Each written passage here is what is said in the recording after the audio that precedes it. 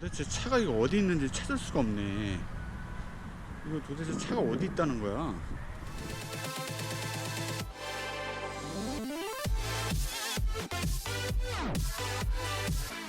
안녕하세요, 미가TV입니다. 1부에 미국 SUV 하부 살펴보고 있습니다.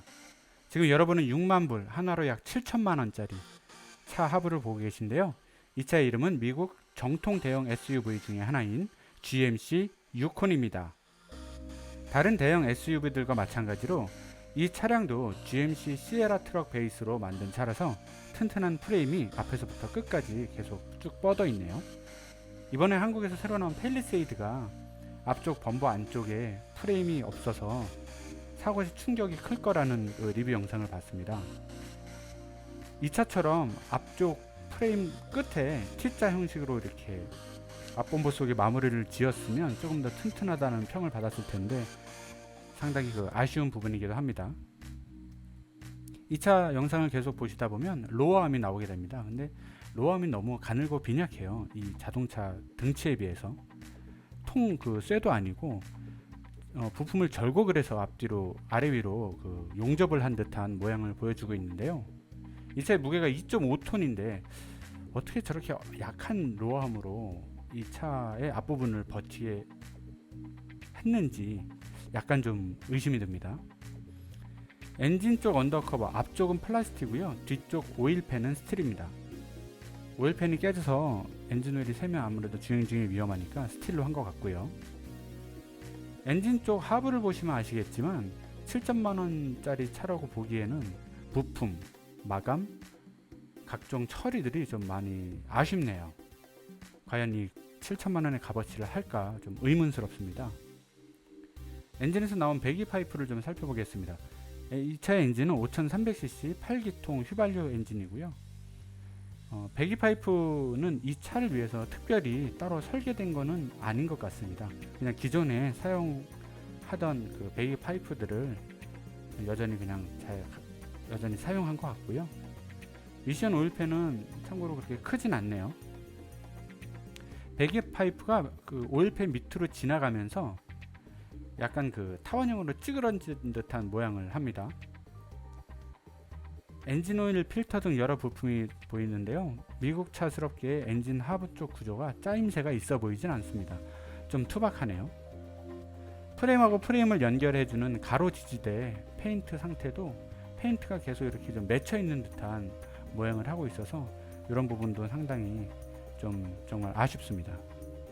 지금 영상을 보시면 눈치 빠르신 분들은 아실 것 같은데요. 이 차체가 계속 보이는데 차체에 얇게 칠해진 페인트 차량 하부가 너무 아쉽습니다.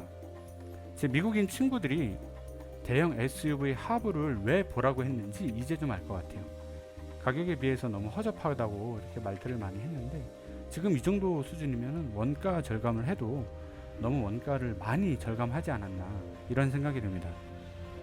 프로펠러 샤프트는 트럭과 동일한 것을 지금 쓰고 있고요. 근데 팔리지도 않았는데 조금 트럭 샤프트에 녹이 좀 쓸었네요. 지금 여기도 보시면은 프로펠러 샤프트 위쪽 차체 부분 철판이나 이런 것들이 이렇게 겹쳐져서 용접되고 절곡되고 이런 부분들이 있는데 여기도 실리콘 처리가 하나도 되어 있지가 않습니다. 그러면은 분명히 저 사이로 물이나 이런 것들이 빗물이나 이런 것들이 많이 사이로 침투할 텐데 그럼 부식으로 바로 이어지겠죠. 왜 저런 마감이 없는지 참 아쉽네요. 후륜 구동 모델이라서 디퍼런셜 케이스도 보이고요. 오른쪽에 보시면 기름통이 플라스틱 기름통인데 그대로 노출되어 있는 게 참 이상합니다. 보통 이렇게 얇은 철판이 하나는 가 있어야 밑에서 바닥에서 돌이 튀거나 어떤 이물질이 튈 때 좀 보호가 될 텐데 저런 부분은 왜 저렇게 했는지 좀 많이 이상하네요. 오히려 프로펠러 샤프트 옆에 얇은 철판이 하나가 가 있긴 하네요. 만약을 대비해서 프로펠러 샤프트가 부러지거나 이럴 경우에 대비해서 치지 말라고 대비한 것 같은데 글쎄요, 저렇게 얇은 철판으로 가능할까 생각이 듭니다. 디퍼런셜이나 여러 가지들 또 이 뒤쪽 차체들 보시면 녹이 군데군데 상당히 많이 쓸어 있어요. 지금 부식이 조금씩 진행되고 있는데 이 차량 하부 전체에도 전체적으로 이렇게 페인트 칠이 너무 많이 돼 있지 않아서 부식이 상당히 많이 진행될 걸로 예상되고요. 이 차는 언더커버가 필수인 것 같습니다. 스페어 타이어는 차 뒤쪽 밑에 이렇게 달려 있고요. 머플러엔드는 그냥 뭐 땅바닥을 향해서 저렇게 나와 있습니다. 그래도 타이어가 녹을까 봐서 그 가드 한 장은 철판으로 되어 있네요. 그 배기가스 열로부터 스페어 타이어를 좀 보호하려고 그런 것 같아요. 그 뒤에 사이드 브레이크 등 여러 케이블들이 이제 보이는데, 이 케이블들도 좀 정리가 좀 위쪽으로 좀 깔끔하게 됐으면 뭐 그런 생각이 듭니다. 이제 차체 하부 끝쪽으로 가보실 텐데요. 이 차는 그 트럭 위에 사람이 탈 수 있는 그 승용 뚜껑 그냥 덮은 상태라서 치밀한 설계는 그냥 없는 것 같아요. 그냥 그때그때 마감에 맞춰서 철판을 절곡하고 휘고 붙이고 이렇게 땜빵하고 뭐 이런 거라 상당히 좀 허접해 보이죠, 저 왼쪽 부분이. 그래도 승차감을 위해서 뒤쪽은 판 스프링이 아니고 코일 스프링으로 설치를 했네요. 판 스프링이 아닌 게 다행입니다. 이렇게 6콘 하부를 좀 살펴봤고요. 다음 텔룰라이드 계기판 계속해서 보도록 하겠습니다. 네, 메뉴가 정말 다양하네요. 처음에 3개 메뉴는 운전석 자동 조절에 관한 거고요. 그 다음은 뒷좌석 알람, 사람이 남아있는지 없는지를 알려주는 알람에 관련된 것입니다. 이건 무선 핸드폰 충전에 관련된 메뉴, 이건 교통정보에 관련된 메뉴고요.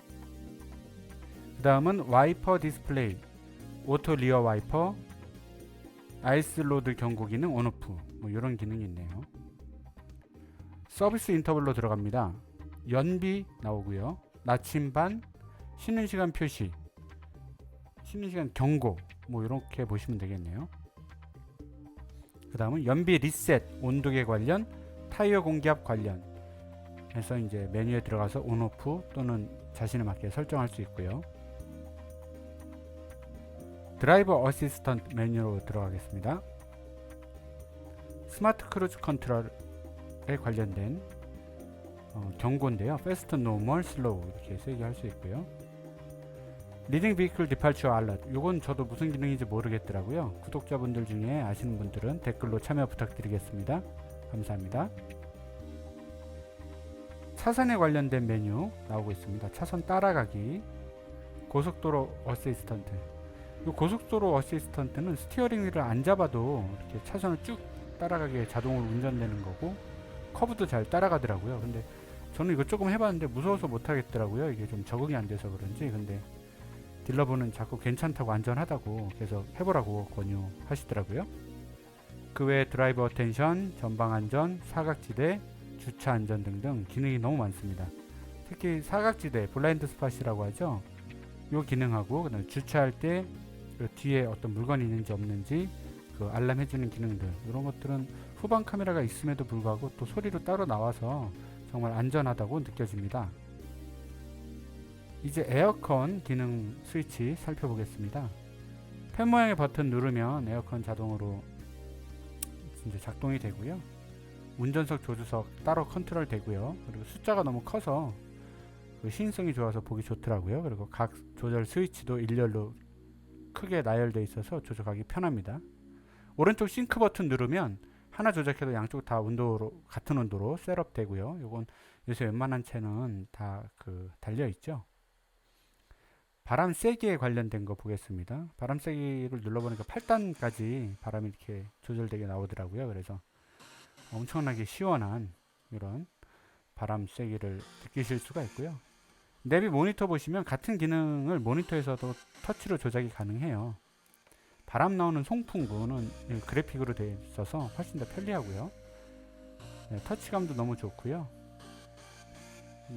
바람 세게 조절하는 거, 그리고 온도가 내려가면 이 그래픽에서 보시면 차가운 온도로 내려가면 여기 그래픽이 파란색으로 바뀌어서 이게 차가운 바람이 지금 나오고 있구나, 이게 시인성이 좋게 알 수 있고요. 뒤로 가기 버튼 누르면 이제 화면이 3분할 돼서 이제 지도 나오는 화면으로 이렇게 됩니다. 내비는 터치 스크린 말고 버튼으로도 다양한 기능을 조작할 수가 있어서 운전할 때 훨씬 덜 위험한 것 같아요. 내비 버튼을 이제 누르다 보면 좀 운전에 방해될 때가 있거든요. 내비 누르면 이제 여러 가지 메뉴가 나오고요. 이제 설정에 관련된 메뉴들이죠. 다양하게 나옵니다. 특이한 건 오른쪽에 별 버튼이 있어요. 이 별 버튼이 뭔가 봤더니 자기가 자주 쓰는 기능을 편집할 수가 있더라고요. 그래서 자기가 자주 쓰는 기능을 편집해서 한 군데 별 버튼으로 모아놓으면 이게 편리하게 쓸 수가 있고요. 기본 셋업 버튼은 이제 셋업 누르면 기본적인 셋업 할 수 있는 버튼이 되겠습니다. 송풍 시트 테스트 해볼게요. 처음에 키면 바로 3단으로 가장 센 바람이 나오고요.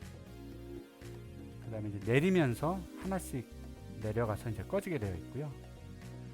그래서 송풍 버튼을 다시 이렇게 내려보면 가장 큰 버튼, 큰 세기로 나오는데요. 스위치를 불이 켜지면 바람이 바로 나오지 않고 약 4초 정도 인터벌이 있어요. 그래서 처음 사용하시는 분들은 이게 고장났나? 뭐 이렇게 느끼실 텐데 그게 아니라는 거 알아두셨으면 좋겠습니다. 시트 바람을 느껴보려고 좀 제 손으로 대보려고 차에서 좀 내려가지고요. 이렇게 대봤는데 바람이 선풍기나 이렇게 에어컨처럼 이렇게 확 시원하게 나오는 그런 느낌은 아니에요. 아무래도 작은 구멍에서 나오다 보니까 이렇게 좀 가만히 손으로 대고 있어 좀 느껴지는 정도. 근데 저는 좀 손을 이렇게 댔는데 이게 확 느껴지진 않더라고요. 그래서 차를 처음 사신 분들도 이게 고장인가 싶을 정도로 그런 느낌이거든요. 그래서 다시 자리에 앉아서 이제 허벅지로 좀 느껴보려고 앉았더니 10초 정도 지나니까 허벅지가 시원하더라고요. 그래서 이제 이런 것들은 그 에어컨 바람처럼 생각하시면 안 되고 은은하게 나온다 생각하시면 될 것 같고요. 여름에 정말 더운 여름에는 필수 아이템인 것 같습니다. 옛날 저 어렸을 때 아버님이 차를 이제 구매하셨을 때 그때 엑셀 뭐 요런 차 구매하셨을 때 에어컨 옵션이 그 당시 돈으로 막 7, 80만원 이랬던 걸로 기억하는데 거기에 비하면 정말 이제 요새 차들은 기능도 좋아지고 너무 좋아진 것 같아요. 이제 라이트류로 좀 가보겠습니다. 지금 이제 모든 라이트류를 이제 켜봤고요. 앞에 이제 주간 주행등 오렌지색으로 좀 깜빡거리는데 실제로 보면 깜빡거리지 않고요. 계속 들어와 있습니다. 그리고 모든 이제 라이트류는 이제 LED 전구로 다 되어 있고요. 그래서 밝기가 상당히 밝습니다. 낮은데도 상당히 밝게 보이고요. 안개등 밝기는 양쪽 그 두 개씩 해서 총 4개로 되어 있고요. 그 한 개가 또 이제 2개로 또 나눠져 있어요. 그래서 안개등 밝기도 상당히 밝아서 도움이 많이 될 것 같고 헤드램프 보시면 이 밝기가 엄청납니다. 그래서 이걸 밤에 좀 비춰보면 멀리 넓게 정말 잘 보일 것 같습니다.